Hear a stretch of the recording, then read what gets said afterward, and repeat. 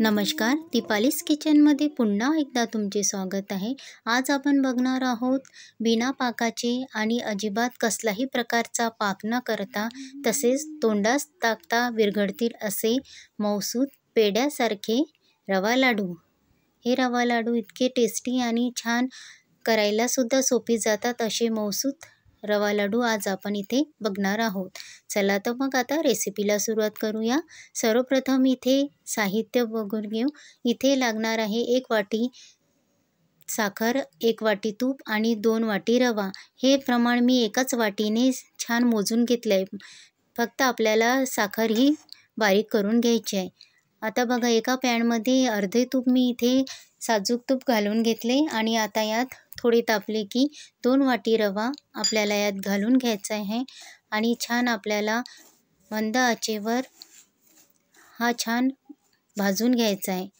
बघू शकता, सतत हलवत आपल्याला हा रवा मंद आचेवरच भाजून घ्यायचा आहे। अशा प्रकारे छान कमीत कमी मला इथे 10 मिनिट तरी हा रवा भाजायला लागला आहे मंद आचेवर।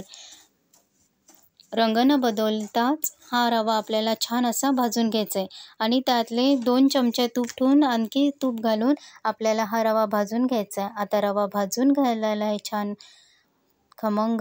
आता यात घालूया आपण जी 1 वाटी साखर घेतली होती ती छान बारीक करून घ्यायची आहे आणि यात घालायची। आता मी गॅस बंद केला आहे।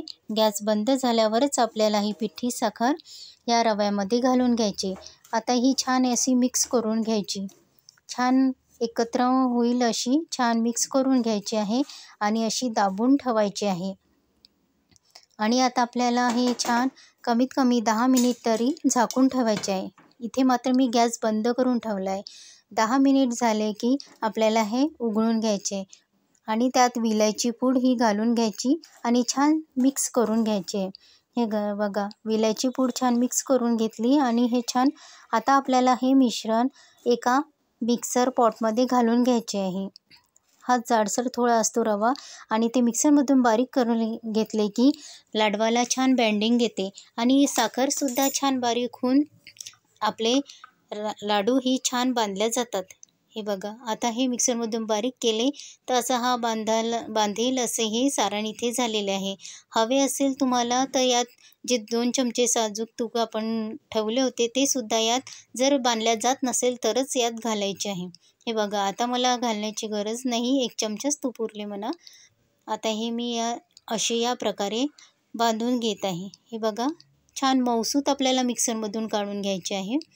या हवे तर तुम्ही याला ड्रायफ्रूटसुद्धा लावू शकता किंवा असेच राहू देऊ शकता। आता इथे मी बदामाचे काप करून ठेवले होते ते इथे 1-1 पीस या लाडवाला असे छान डेकोरेट करून घेणार आहे। अशा प्रकारे इथे मी छान मऊसूत असे रव्याचे लाडू बांधून घेतले आहे। फक्त मिक्सरमधून छान बारीक करून घ्यायचे आहे। अजिबात पाक न करता छान मऊसूत असे आपले रवा लाडू तयार होतात। अगदी सोपी पद्धत आणि सहज कोणालाही जमेल असे हे लाडू तयार होतात। तुम्ही बघू शकता, मी तोडून सुद्धा दाखवते।